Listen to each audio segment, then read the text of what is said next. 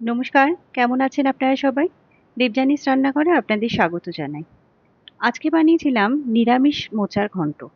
মোচার ঘন্ট অনেকেই বানাতে জানে, আবার অনেকে কিন্তু জানেনও না। যারা জানেন না আজকের ভিডিওটা শুধুমাত্র তাদের জন্য। ভালো লাগলে অবশ্যই আমার চ্যানেলটাকে ফলো করবেন আর একটা লাইক, শেয়ার, সাবস্ক্রাইব করতে কিন্তু ভুলবেন না।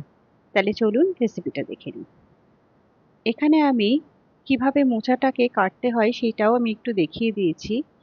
এরকম খোলার মধ্যে যে ফুলটা থাকে সেগুলোর মধ্যে এই দুটো পোর্শন যেভাবে আমি বাদ দিচ্ছি এটাকে বাদ দিয়ে নিতে হয়। এগুলো সবকটা থেকে এভাবে প্রত্যেকটা থেকে বার করে নিতে হবে।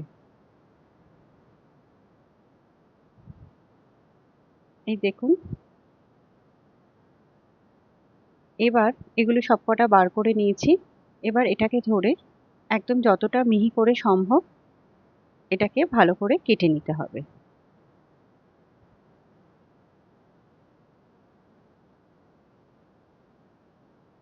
আমি এখানে অলরেডি কেটেই রেখেছিলাম। আমি আপনাদের দেখানোর জন্য একটা পোর্শন এভাবে কেটে নিলাম। এটাকে হলুদ জলের মধ্যে অবশ্যই চোবাতে হবে, নাহলে কিন্তু মোচা কালো হয়ে যাবে। আর মোচার মধ্যে থেকে কিন্তু অনেক কষও বের হয়। এবার এই যে ভেতরে সাদা পোর্শনটা থাকে এটাকেও কিন্তু এভাবে মিহি করে কুচিয়ে নিতে হবে। এটাও আমি হলুদ জলের মধ্যে দিয়ে ভালো করে এটাকে ধুয়ে নেব। এবার প্রেসার কুকারের মধ্যে এই মোচাটাকে দিয়ে দিচ্ছি, এটাকে সেদ্ধ করে নিতে হবে। এখানে দিয়ে দিচ্ছি কিছুটা জল আর দিয়ে দিচ্ছি সামান্য একটু হলুদ গুঁড়ো। এটাকে আমি মোটামুটি 3টে সিটি দিয়ে নেব। এখানে আমি কেটে রেখেছি আলু ছোট ছোট করে। আর এখানে আমি ছোলা দিয়ে করব, যেহেতু ছোলাটাকে আমি অলরেডি নুন দিয়ে সেদ্ধ করে রেখেছি। আর নারকোল খোসা ছাড়িয়ে এরকম মিহি করে কুচিয়ে নিয়েছি। এটা সেদ্ধ হয়ে গেছে, এটা ঠান্ডা হলে একটু হাত দিয়ে ভালো করে একটু চটকে নিতে হবে। তাহলে মোচাটা কিন্তু একদম মিশে যাবে সুন্দর মতো রান্না করার সময়। এটাকে দেখুন আমি একটু চটকে নিয়েছি ঠান্ডা হওয়ার পর। এবার কড়াইতে দিয়ে দিচ্ছি পরিমাণ মতো তেল। মোচাতে কিন্তু একটু তেল অবশ্যই বেশি লাগে। এবার এখানে আলুটাকে আগে ভালো করে ভেজে নেব। দিয়ে দিচ্ছি নুন। এটাকে মোটামুটি এমনভাবে ভাজবো যাতে এটা সেদ্ধ হয়ে যায়। আলুটা ভাজা হয়ে গেছে। এবার এই তেলের মধ্যেই নারকোলটাকেও একটু হালকা করে ভেজে নেব, খুব বেশি কিন্তু ভাজবো না, তাহলে কিন্তু নারকোল শক্ত হয়ে যাবে। এটাকে তুলে নিলাম। এবার এই তেলের মধ্যেই ফোড়ন দিয়ে দিচ্ছি দারচিনি, এলাচ, গোটা জিরে, তেজপাতা। এটা একটু ভাজা হয়ে গেলে এর মধ্যে দিয়ে দিচ্ছি আদা বাটা। এটাকে আদাটা একটু ভাজা হয়ে গেলে দিয়ে দিচ্ছি এই তেলের মধ্যেই ধনে গুঁড়ো, জিরে গুঁড়ো, হলুদ গুঁড়ো।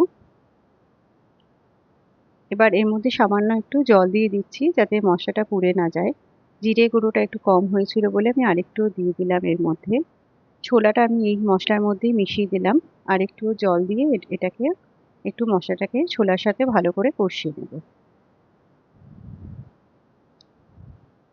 মশলাটা কষে গেছে। এবার এর মধ্যে দিয়ে দেব মোচাটাকে।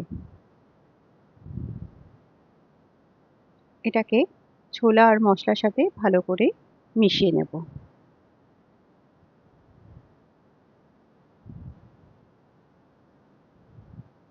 এখানে দিয়ে দিচ্ছি কিছুটা নুন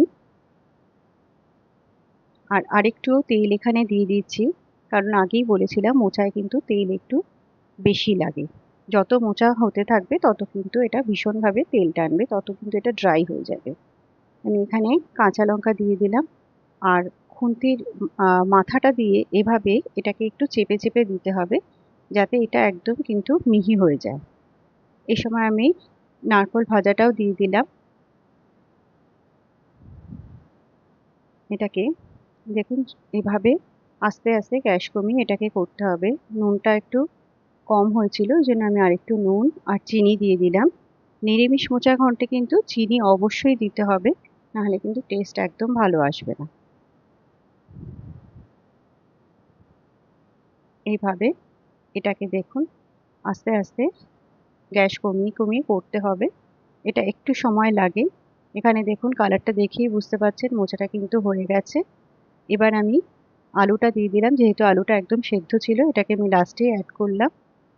এর ওপর দিয়ে দিচ্ছি 1 চামচ মতো ঘি আর একটু শাহি গরম মশলা। এবার এটাকে ভালো করে আরেকবার নাড়িয়ে চাড়িয়ে নেব।